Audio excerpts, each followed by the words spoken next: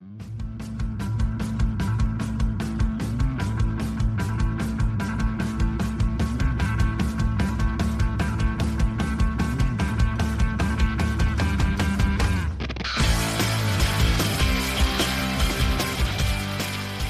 for the download. Today my guest is Chris Lincoln-Jones.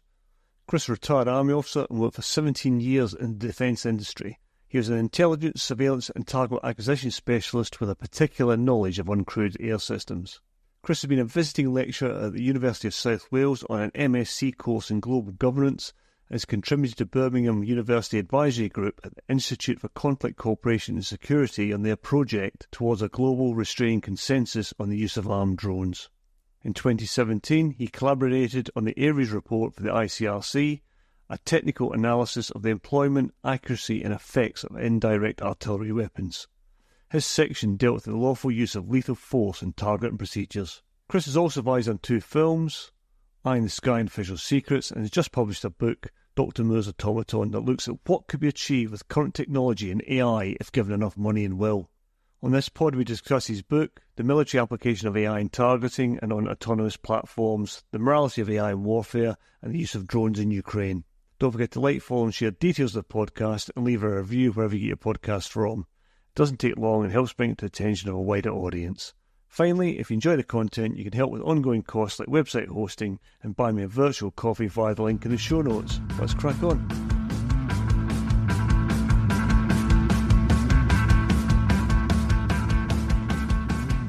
Thanks for coming on the podcast, Chris. Can you start by telling us what your book, Dr. Moore's Automaton, is about? It is about what you could do today if you had enough treasure and enough will to make an autonomous weapon with current technology. And how would you do it? What would you put it into? It won't be a human-type robot. It'll probably be something like we've already got at the moment. And I've chosen an in-service tank and a prototype rotorcraft. And I have examined some of the ethical problems of that. What happens when it's, in fact, extremely successful, but it exceeds its brief? There are unintended consequences. And in the fallout, who might governments start to blame, and what might they do to try and deflect the blame from them? When I was reading your book, the ethical dimension comes in quite quickly. And I was surprised, actually, how much that made me think. And we'll get into that a bit later on. So I initially thought when I was reading the book, it'd all be about the software and the hardware. But the ethical dimension I found really challenging. And as I say, we'll get into that later on. But in your book, the lead character states that there is no such thing as artificial intelligence, not as we understand the way the human mind operates. What did he mean by that? And for a layman like me, and probably some of our listeners, what is the difference between AI and machine learning? Because they're used interchangeably a lot of the times. The best way to put it is a pure AI would show creative intelligence, whereas machine learning is a machine doing basically drills, tactics and procedures. Those things that we see in rules of engagement, lists of things you can and can't do. Basically, machine intelligence is yes, no, 1, 0, the binary way of thinking that our current computers can do, whereas artificial intelligence might be able to creatively think in the same way that a human does. An artificial intelligence ought to be either a imitation human or possibly evolve down its own route. But to do that, it would need a great deal more computing power than we have at the moment. So in simple terms then, the Alexa or your Google Nest would be sort of a comparable AI to the word program on your computer. Have I got that wrong? In comparison to what can be done and what the Google car can do, and things that are now starting to appear in the field of conflict, like the Lavender system that has been in the papers recently that the Israelis are alleged to be using to help them target. So how did you get to learn so much about computers, AI, and the integrations that you discuss in the book? My work in the defence industry taught me all about integration of software. And it was knowing the difficulties of how to do that really got me going in terms of the understanding of basic software. But it was the research for the book. As you've alluded, I was principally interested in the ethics part of it. But what I had to do in my research is find out a great deal more about how programming really works. So I'm not sufficiently bright that I could learn all these different ways of computing. But I'd been a systems engineer, so I understood how systems worked. So the book could have been written in a couple of years. It actually took 5 because I really had to get knuckle down and find out about the way that the various things that I wanted to enact in the book could work. And I was, of course, then surprised to find out just how much there is out there that could be brought into a machine that can assist humans in the prosecution of targets, in the driving of an armoured vehicle. And in fact, finding out one of the fundamental things, it would be a lot easier to drive a tank around Salisbury Plain than it is to drive a car around the M25, because there's a lot less to bump into. And we as soldiers don't want to be right next to each other, and certainly tanks don't want to be within range of each other where one is hit, the other is damaged. I've done a bit of computer gaming, and you find out that the AIs in computer games are very much like what I was after. So I did more research into that as well, and how a computer gamer designs an enemy in a war game that fools the human into thinking they're fighting another human. What's interesting about what you're discussing there is a lot of technology used in military applications used to be the preserve of the military and the government. I've been reading increasingly about the part that commercial software and commercial applications of software have fed into the war in Ukraine and how they're being used in simulation training for the military. How much of an issue is that in the long term, do you think? Well, it speaks to this whole thing about the ease at which this type of program can be designed, because it's so widespread, and it's not like you need massive heavy industry to design a computer program. To go into game simulation, for example, a lot of what is in there has direct bearing on military applications. If you were to make a nuclear weapon, you need heavy industry, centrifuges. It's enormously hard to do it, and it's very detectable. People will get to know if you're doing it, and fielding it and getting it into a weaponized form is extremely difficult. You need a huge technical base, and you need a good scientific base. A program can be written by good programmers in a back room, in an office. So not only does that mean that this is very difficult to control, it also means that the volume of this happening and where it's happening and the various companies that can do it so easily will increase the speed at which it can be produced. It's not going to be like the Manhattan Project. It's happening all around us now, and it's very difficult to monitor what's going on. Your book describes a technology that can be fitted into drones or ground vehicles, and we'll use the term drone throughout this because it's UAS, UAV, it changes all the time, but drone is sort of the generic term that we get these days. So this technology is intelligent and learns from experience, and I've read elsewhere that it's possible to program drones, for example, to mimic insect behaviour and act in swarms and thus become more deadly and learn from their own experiences. As this tech becomes more sophisticated and available, how will it be controlled? And if we sign up to agreements and our enemies don't, aren't we just handing them the initiative?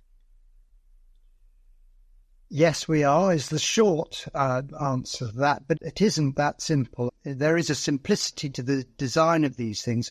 Swarms of drones, swarm robotics.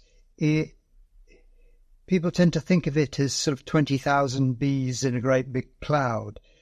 I think it's more subtle than that. And during my research, things like you see on the internet, Slaughterbot will bring you up a campaign for the banning of killer robots video where a whole bunch of people that government X doesn't like using facial recognition, they attack them in a room and all these things come in and kill them all. Tricky. Easiest way to defeat facial recognition, grow a beard. I barely recognize you these days. Or wear a mask. I think swarm robotics isn't going to be hundreds and hundreds of these things, but it will be the building of a swarm intelligence, whereas a drone with a specific job, with its sensors, communicates with a drone with a different specific job. So the robotic machine with the weapon on it, be that a gun and or its make could have an explosive device, the robot with superb surveillance, the communications robot, which could be sitting inside a manned aircraft. These are all linked together. So to me, swarm is more like the fusion of intelligence that you and I are familiar with. The Link 16 from an aircraft picture, the ground surveillance radar picture, all that being fused together. But in this case, of course, the machine being able to analyze this information so much more quickly than a human, it gives the impression of it being near instantaneous in terms of the human on the ground who is either directing this technology or on the receiving end of it. And are there organisations trying to set up treaties and agreements about their use at the minute, or has it just been kicked into the too difficult bin? It hasn't actually, but I think it'll be slow. The House of Lords have a select committee on artificial intelligence in weapons, and they have produced a paper which is turgid reading, but it's very informative. Actually, what's really informative to me, because of course in my position I have read it from cover to cover, is that only one soldier appears in the text. It's a great treatise which talks about professor this, scientist that, and gives opinions, and it counsels caution and it calls for regulation. So I think our government is cracking on with it, but we don't need to be a lone voice. The United Nations is definitely on all this, and I think there is consensus among most Western-based governments that this needs regulation. But what is always going to be in the mind of the military leader and the warrior scholar is that, well, it's all very well me being regulated. What about the people who have no interest in being regulated and who are my enemies? So there's the dichotomy that you have in this, is we've rather got to get on with this, at least so that we can counter these things when inevitably they appear in the battle space. We're in the unfortunate position today that, unlike the nuclear treaties of the Cold War, where there were agreements, channels of communication in times of heightened tensions, none of that exists anymore. And the West in the Cold War also had the benefit of a technological advantage in their ability to develop new weapons of war. All that now has fallen by the wayside. So I really... Do you think countries like China will completely abrogate any international responsibilities under this law and just crack on doing what they're doing, not caring? I think they're already on it. They are great ones for borrowing, shall we say, technology, and we have evidence from the Cold War. If you look at most Russian equipment, it was copied by China, and we've met all that on the battlefields that we've been on. Chinese copies of everything from small arms to tanks. So yes, I think that will happen, But consider the attack on Israel by Iran. It was flocks, I won't call them swarms because they weren't communicating and they were acting as dumb munitions. But Iran is a major exporter of drones that can be used for offensive purposes. And Iranians are not stupid. They're sophisticated people. They have a good scientific base. Do you think they're not going to be looking for autonomy in these systems? Of course they are. I also think if you look at that attack there by Iran against Israel, those 300 plus UAVs were relatively inexpensive. But in order to counter them, must have been hundreds of millions spent. And you're seeing this with the Houthis attacking shipping at sea. The response to these attacks is using very, very complex weapon systems that cost a lot of money, and the inventories aren't big. Sometimes I think the West is focusing on technology too much, whereas these other countries, like the glide bombs they're using in Ukraine, they're adapting and using cheaper weapon systems in order to achieve the same thing. Are we perhaps throwing the baby out with the bathwater a little bit and concentrate on highly complex weapon systems where we could do looking at the cheaper end like the Russians are doing? Yeah, you put your finger on a very, very good point there. Similar to the fact that in Afghanistan we were using a 150,000-pound missile to shoot 2 Taliban soldiers digging a bomb into a road, and they'd cost $10 each. Yes, and we do have and still lead, and I talk about the West here, Israel very much so, sophisticated but highly expensive systems, and you have isolated a really good point in that those dumb drones just needed to be set off on their way. I doubt that they even bothered targeting. I think they were just either going to run out of fuel or they'd been told to go to a point and crash. You don't need to make them much more intelligent to go for a target. It just needs an image recognition library inside its mechanical brain to match an image along a bearing and to crash into it, and that's relatively cheap.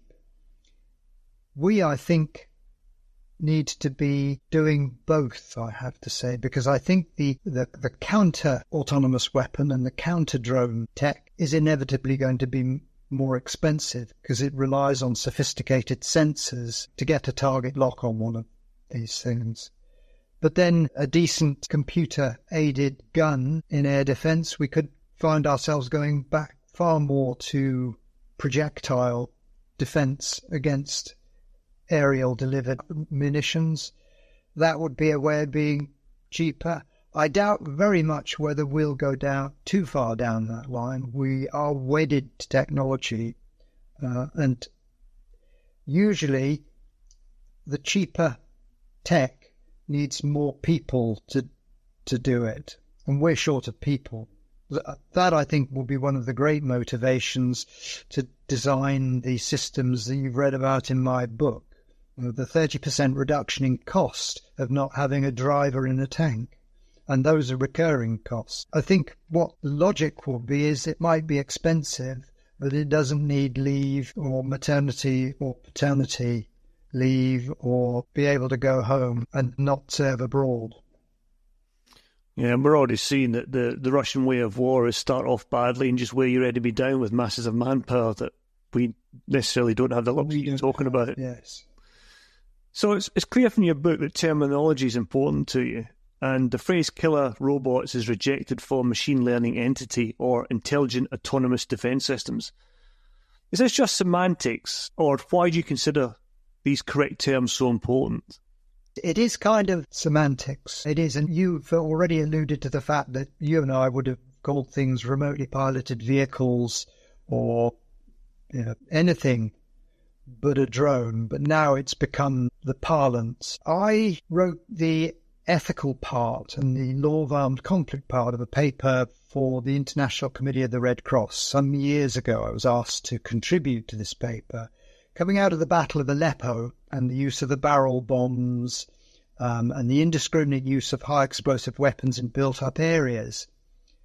I was asked to try to produce help to produce a document all about use of HE weapons, indirect fire in built-up areas, and that drifted into a very good document that the International Committee of the Red Cross picked up and adopted, and I did the law of armed conflict, the targeting in that.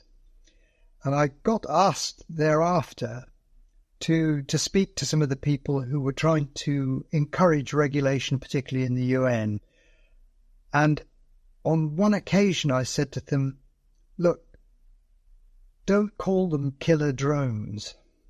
In the same way that don't call them killer robots, because the people you have to try to influence to make the changes that you want switch off if you start using hyperbole or emotive language like that. They start not to believe that you're a serious player, but you're just a peacenik and a ranter.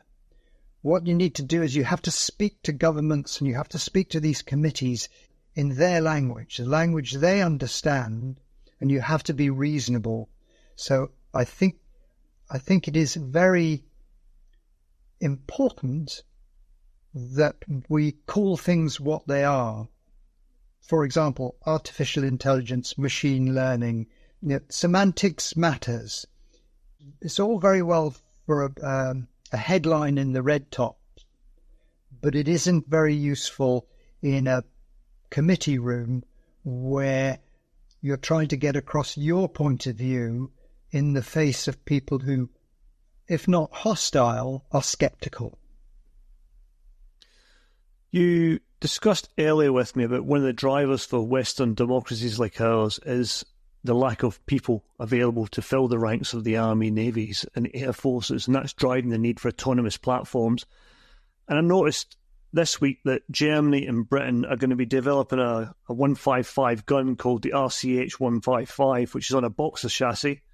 It's pretty much fully automated with 2 in a cab and none in the turret. It can fire on the move, and it can also has got what's what I'll be using some emotive language now, Chris, hunter-killer mode, which when I was watching the video of it, it can fire on the move and take out targets very close to it to try to come up on it. Do you reckon now that's the start of this automation that you're talking about, and these systems, are they going to come online quickly, or are they going to take years of, you know what our procurement's like? Well, I got in before they did because that's what I hypothesise in the book with in our case, you did, yeah. The MLRS system. Why do you need a three crew when it could drive out to a spot on its own, aim and fire, and then come back? And the only people you need is a command post which can sit and drink coffee and people to load it. I quoted General Sir Richard Barrons, who some time ago said that democratic militaries are pricing themselves out of the market. Fewer people who are becoming more and more expensive. So logistic convoys are a no-brainer. If we can make magazines for a small arm, we can make magazines for an artillery piece. They'll be bigger, bit of complexity, but the defence industry will solve that problem if they're asked to do it. Yeah. So that's the way. That answers a lot of questions about lack of people power. But to me, it then raises another question. The thing that hampered us in Afghanistan and Iraq was the Wooten Bassett effect. Bodies being taken back through Wooten Bassett and hearses. Without having to worry about soldiers coming home in coffins, will the use of autonomous technology embolden leaders to take more risks and take us to places that we might not otherwise have went for a good reason? I was part of the group that was a subject matter expert for the Birmingham University Conflict Resolution Group. Very brilliant man called Professor Nick Wheeler. was doing a paper to advise government on the future use of drones, and also a paper on the use of drones for targeted killing. And I became like a scratched record, because every time he came up and said, this is a bad thing, these are bad things, we have to control them, I said, it's not the thing you've got to control. And I've been saying this for decades. A tribesman in Yemen who gets a £500 bomb through the side of his house isn't interested whether it dropped off an F-16's wing or it dropped off a Predator's wing. What he's interested in is the fact he's now not got a house, wife, kids. What the question is, does the fact you don't risk a citizen over a country against which you are in conflict, does that mitigation of that risk by not putting a pilot in a cockpit encourage you as a politician to be more militarily adventurous?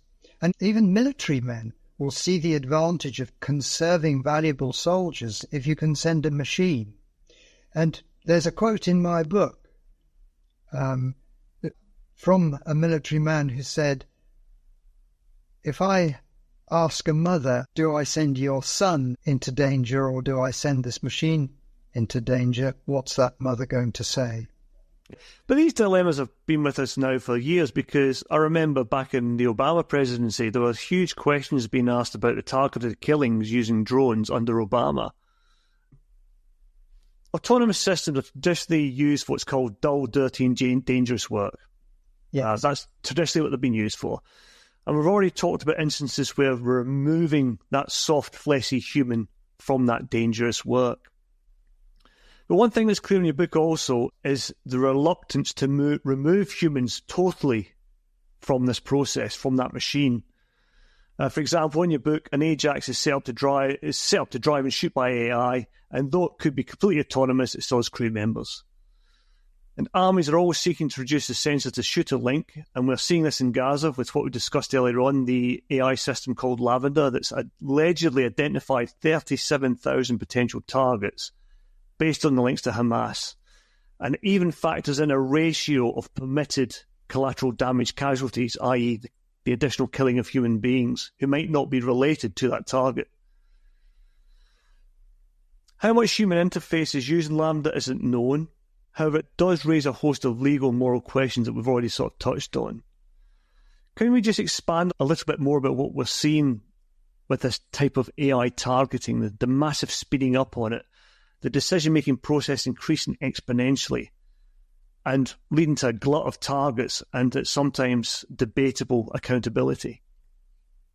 Yes, very early on in this procedure, certain governments, ours was one of them, said, we will never take a human out of the loop in the decision to use lethal targeting. That sounds really good. And if you look at it very hard, that allows for a lot of grey area, because whereabouts in the loop is the human? For example, a close-in weapon system designed to shoot down missiles, you have to intervene to stop it, because the realization is there that the human can't react quickly enough. So that is how you get round it there. If Lavender's what it's claimed to be, its use isn't going to do much to encourage restraint. I suspect that system's designed to get round what you've just described, which is the information overload, the better and better detection, recognition, and possibly identification, although I think it's fairly dodgy given the poor recognise to identify process that seems to be in operation in Gaza, and the lack of any kind of collateral damage restraint that's in process there. So the collation, so our intelligence collators can probably to a certain extent be replaced. But it then comes to the commander looking at it and saying, do I have enough information to go now, or shall I wait for more? That is difficult. So what you have to have is your machine must, in its probabilistic world that it creates, and in the libraries of information you give it against which to compare targets, you've got to trust it. And the only way you can build trust is through experience of it always getting it right or not getting it wrong very often. The really big problem is machines will be much, much more difficult to trust. Look at Google Car and other autonomous vehicles. In the tests, they've done really, really well. They've been brilliant, but there have been some accidents. And the moment there's an accident of a machine, even though it doesn't do any harm, there is a huge outcry about putting these cars on the road in case they kill a human.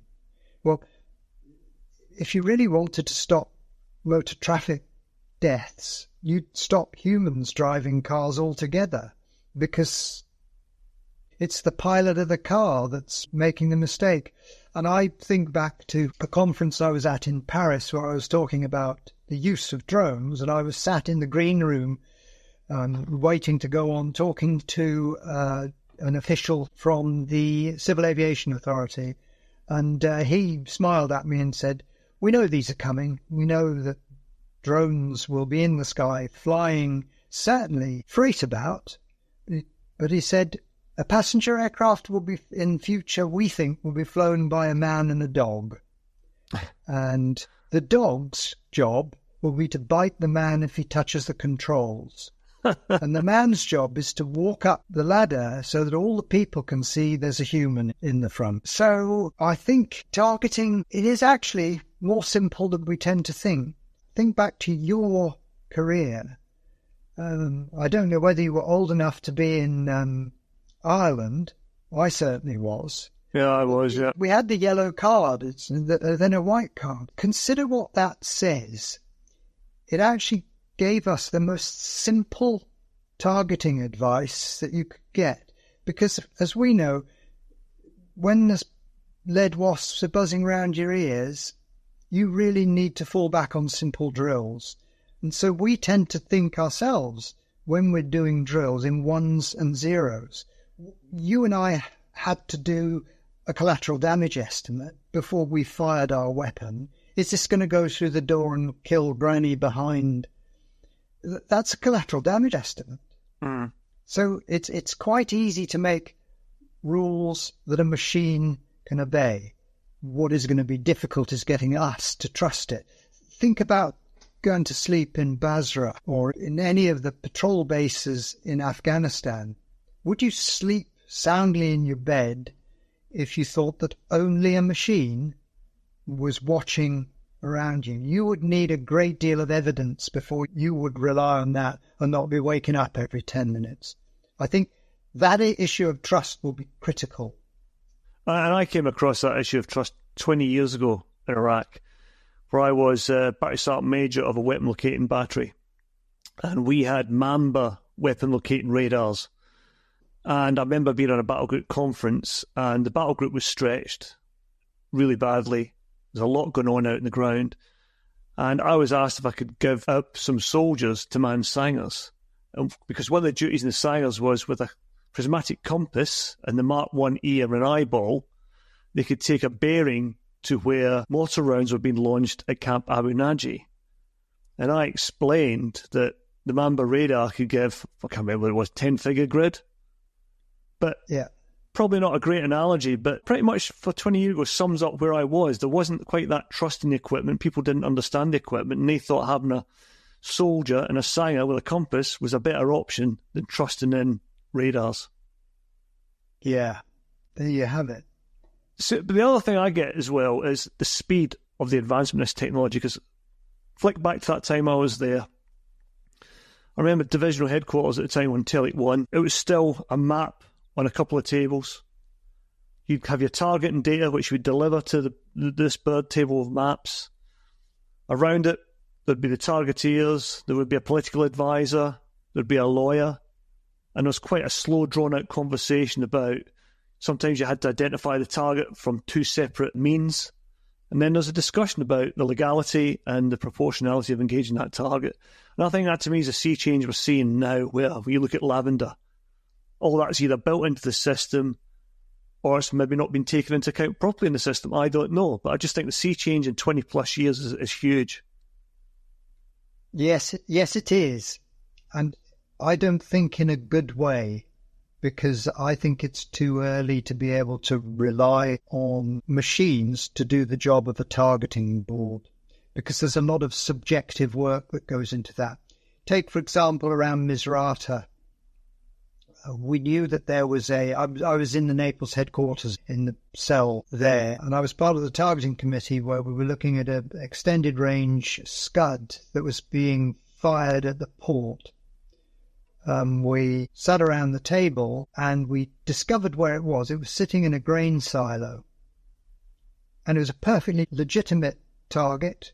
We had a plan, locate it with a drone, attack it with a missile from underneath the wing of an aircraft. And then it was pointed out that it would be a lot easier to hit it when it's in the silo, hiding. Very much harder outside, really difficult. Let's hit it in the silo. Now that's the way the machine would look, which is the most reliable and easiest way to do it.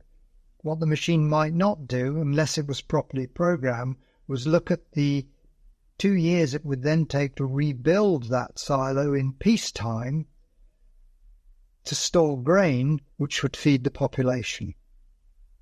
So there are subjective issues around targeting that I think machines are a long way from being able to solve. So somewhere in that system where the human is appropriate, they've got to be in it to give a subjective view. So the machine might in 2 to 3 milliseconds tell you how and what weapon to use and say, can I fire? You may, but what should probably happen is should look, think, and then say yes. So use the machine to speed up where you can. The OODA loop, Fergie, remember that. Observe, orientate, decide, act. Now the computer shortens the time between each of those decisions to make them near instantaneous. But somewhere in that, the decide might have to take a bit of a pause. I think you bring up a great point about collateral damage, because too often in the military, collateral damage is measured in the amount of people killed and the amount of equipment destroyed.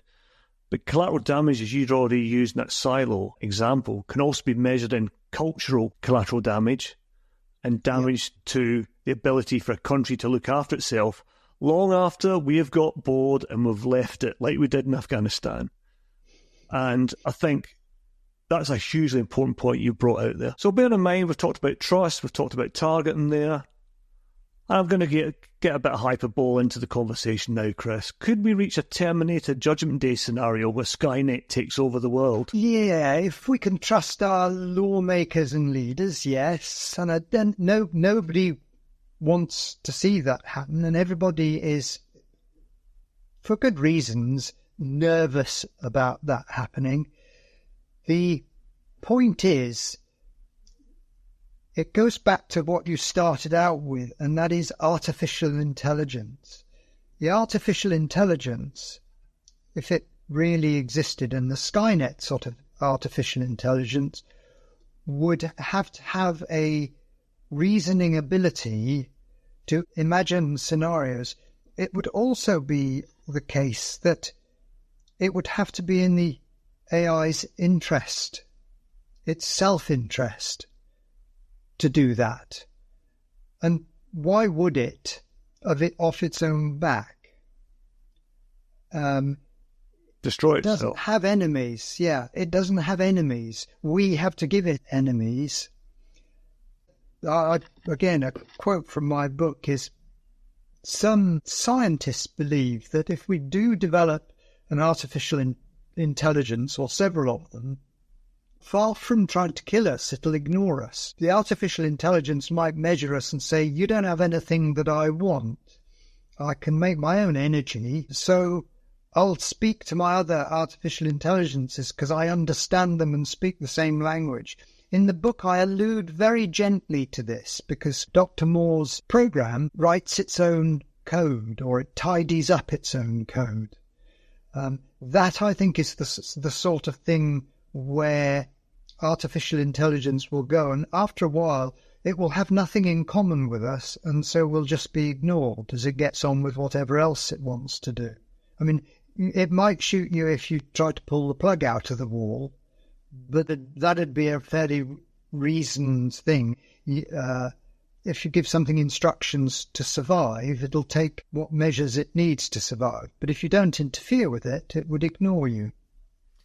In your book, where the artificial intelligence teaches itself, because that does raise some alarm bells amongst the people in the project, that law of unintended consequences.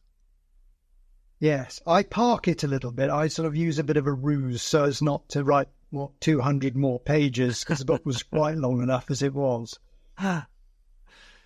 You've been involved in drones for 2 decades now, so a two-part question. Firstly, how transformative are US operations we're seeing in Ukraine? Is it going to be living up to the hype that everybody's thrown at it? Very transformative, particularly in that conflict. I've been asked questions on various aspects of Ukraine. I've seen some video, one in particular, which is very chilling, of a mini drone, quadcopter, with a piece of explosive attached to it, chasing a Russian soldier around his tank, and then it explodes and kills him. There was a message there. There was a chilling piece of information there that should resonate. I've also seen an attack on an oil refinery. This one, it wasn't a weaponized drone. It was rather like what we've seen in Gaza, but this time within range of the operators, so the operator could see through the site. And that drone flew into an undefended oil terminal, and it hit a very, very, very specific part of the oil refinery infrastructure. Now, because I've done strategic targeting and done this for real, I knew what that structure was. It was obvious that the operators and the intelligence people in Ukraine knew what they were doing, because they hit the one piece that a small-ish drone, merely by hitting it and its fuel going off, there didn't seem to be any explosive content, but they knocked out the ability of that part of the refinery to work probably for 3 to 4 to 5 months. There are various places you can hit in a target, if you're an analyst, that you can shut them down for either permanently or for differing periods. Now, that is one of those situations that I spoke about earlier. If the image library has a good image, like target mensuration, giving a very, very accurate grid, but in this case, having an image to back that up, tell your machine learning system to fly along this bearing until it sees this image, match the image, and attack that. So that is a very small leap to what we have seen in the media, a very small leap. However, the real problem for drones is they can't sense and avoid things very well, because they don't have a fused system that gives them situational awareness, like the pilot being able to turn his head and having 104 degrees vision and being able to react to threats that he can see. They're easy to shoot down. The old ZSU-23-4 Russian quadruple-barreled anti-aircraft gun that we knew from our days, there's a great picture of it with a drone on a launcher and the ZSU, and the bloke in the top of the ZSU is shouting, "Pull!" They fly slow because they need to fly for a long time, and they're relatively easy to detect. Mini drones, more of a headache. Much more likely in the short term that they will be more useful, rather like that tank illusion. But mini drones are limited by the amount of power they can carry and the amount of weight they can carry. And so they're going to be short-range things. So the counter to them is know where your enemy is flying them from. It'll become a battle, but the age-old battle, which we've always had, is someone designs a weapon, someone designs a counter for it. Yeah. Look at Gatwick Airport. Gatwick Airport was shut down by mini-drones. Next time I went to the counter-security exposition in Olympia, there were hundreds of different anti-drone systems, from nets fired out of guns to jamming. It'll be another arms race. Absolutely. But the other aspect of those little mini drones is the psychological aspect, which is so important in warfare. I mean, you've watched some of the documentaries about Ukraine, and it has a paralysing effect on the enemy. The second part really then is, and I go back to my own experiences in Northern Ireland and South Armagh, where you're operating in a rural environment, and even in Afghanistan and Iraq. I imagine if we'd have had drones being deployed against us in those scenarios, we'd have probably been paralysed into inaction. What's your thoughts on that? Certainly initially, yes, and until you get a counter for them. A large drone is slightly less of a problem because it needs a launch platform that you can detect. It's a bit like you look for the ammunition site and you'll cripple an artillery battery. Of course, these pocket drones, these small commercial things that can be adapted, that would have been a real issue for us. You can imagine that with the technology now, we'd have nets over every single patrol base if they existed to stop mini drones flying in. It'd be like having bird netting over all your vegetable patches, which perhaps isn't a very good illusion for soldiers in a patrol base. I'm very, very glad indeed we didn't have to cope with that small drone and the tank scenario that we spoke about. Yeah, it is truly terrifying. And one of the last things I want to finish up with is, I was reading up the other day there, but I don't know if you've heard of it, but Ukraine's been using a targeting software called Palantir. Have you heard of Palantir? Palantir, yes. Yeah, I don't know very much about it. It was what I saw, it was a mention. So, no, I'm not familiar enough with it to know what it does. So, what I read up on it, it's used with the Starlink, and basically it crunches huge amounts of data from Starlink using commercial satellites, and it produces a satellite picture of a certain part of the battle space. And again, it's used to speed up the targeting process. And some of these satellites are using synthetic aperture radar, and basically what it's doing is it can detect movement and that type of thing. So again, I just found it very interesting that mix of what we're talking about, the gaming technology, commercial software, and everything else being put into play here, along with Elon Musk's Starlink, which has been hugely important. And then really what I'm leading on to there is, I think sometimes the British military can be hugely backward in being flexible. There was an article a couple of weeks ago about what they were calling in the Ukrainian forces drain pipe drones, where they were using drain pipes, packing them with explosive, using commercial off-the-shelf products and producing a drone that could fly 50 Ks. I can't remember if that's the exact range. And you'll know what I'm going to say next. All I could think about was if some British soldier or somebody in the garage in the UK come up with that, somebody come up with those immortal words, flight safety case. Do you know what I'm getting? I'm being flippant. Yeah, Do you think that adherence to doing things so by the book that the British military has with UAS, drone, RPAS, call it what you will, operations, is that going to be a hindrance going forward? Yeah, of course it will. Look what we did to the Hermes 450 to make it to Watchkeeper. We over-engineer nearly everything we do.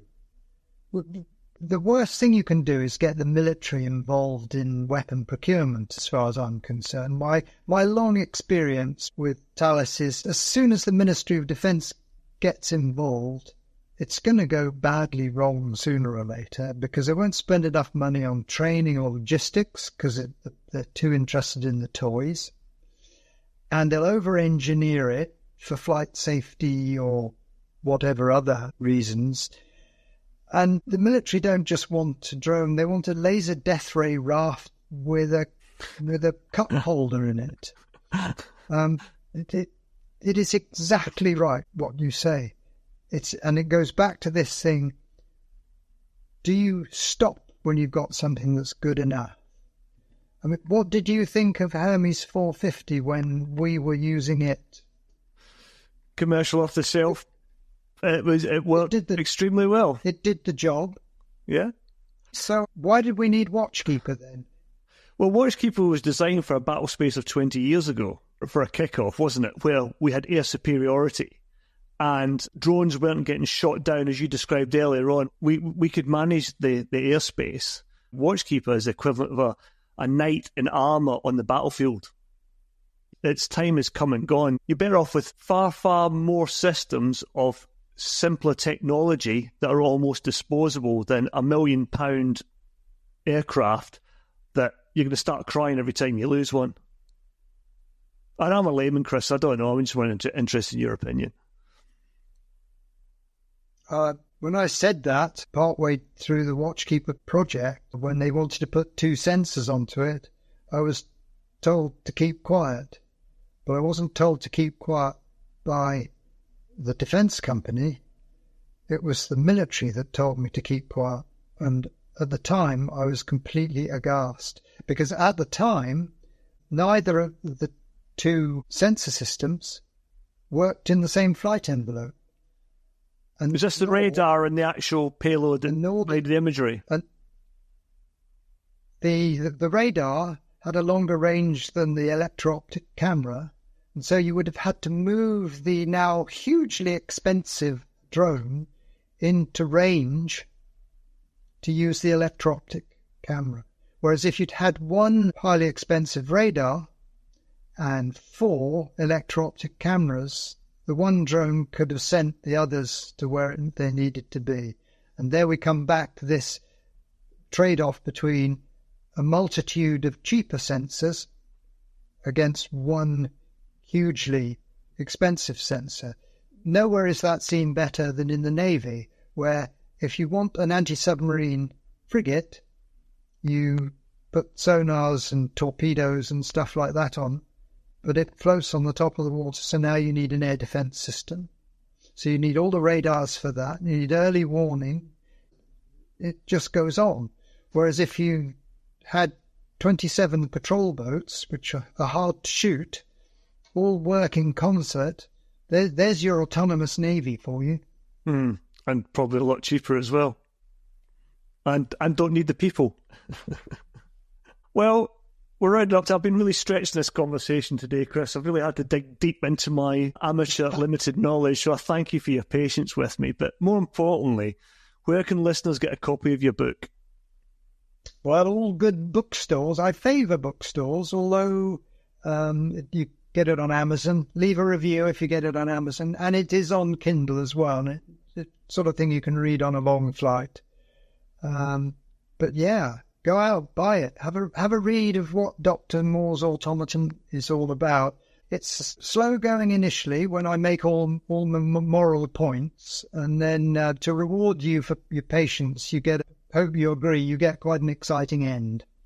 No, you do. I have to put my cards on the table here. Chris and I go back 25, in fact, probably longer than that. Jesus Christ, no, how long, mate? 30 years. 30 years. 30 years. So when a friend tells you to write a book, you do pick it up with some trepidation. But it really made me think. It made me go out and research other things. And it certainly made me think far more about the moral dilemma of this type of warfare, which is then, when I was reading about lavender, again, I was referencing back to your book. So I certainly would recommend your book to anybody who's got an interest in this as a real good gateway for further thinking. And as you've been on the podcast before, there's going to be no full desert island debts. But apart from your own book, is there any other book on AI that you could recommend to the listener? Yeah, actually, there is. It's called Machine Learning and Human Values. Technical and moral questions of AI in it. It's called, the actual book is called The Alignment Problem by Brian Christian, and it's sort of, it looks at some of these things about machines, humanities, and it does the and the moral questions of AI. When it was reviewed, it was said if you read one book on artificial intelligence, this is probably the top of the list to get. Very good book. I'll have to have a look at that, because I think as soldiers, especially young soldiers, blowing things up and shooting things up is what you're in the business for. And I think you abandon any morality in the battle space at your peril. And you see that so often in different wars around the world over the decades. So I think it's highly important that this is at the forefront of where we're going with this type of technology. Well, that's it for another episode. Chris, thanks for coming on the podcast, mate. Much appreciated. Pleasure. And just as a last thing, I'm speaking to you via Starlink at the moment.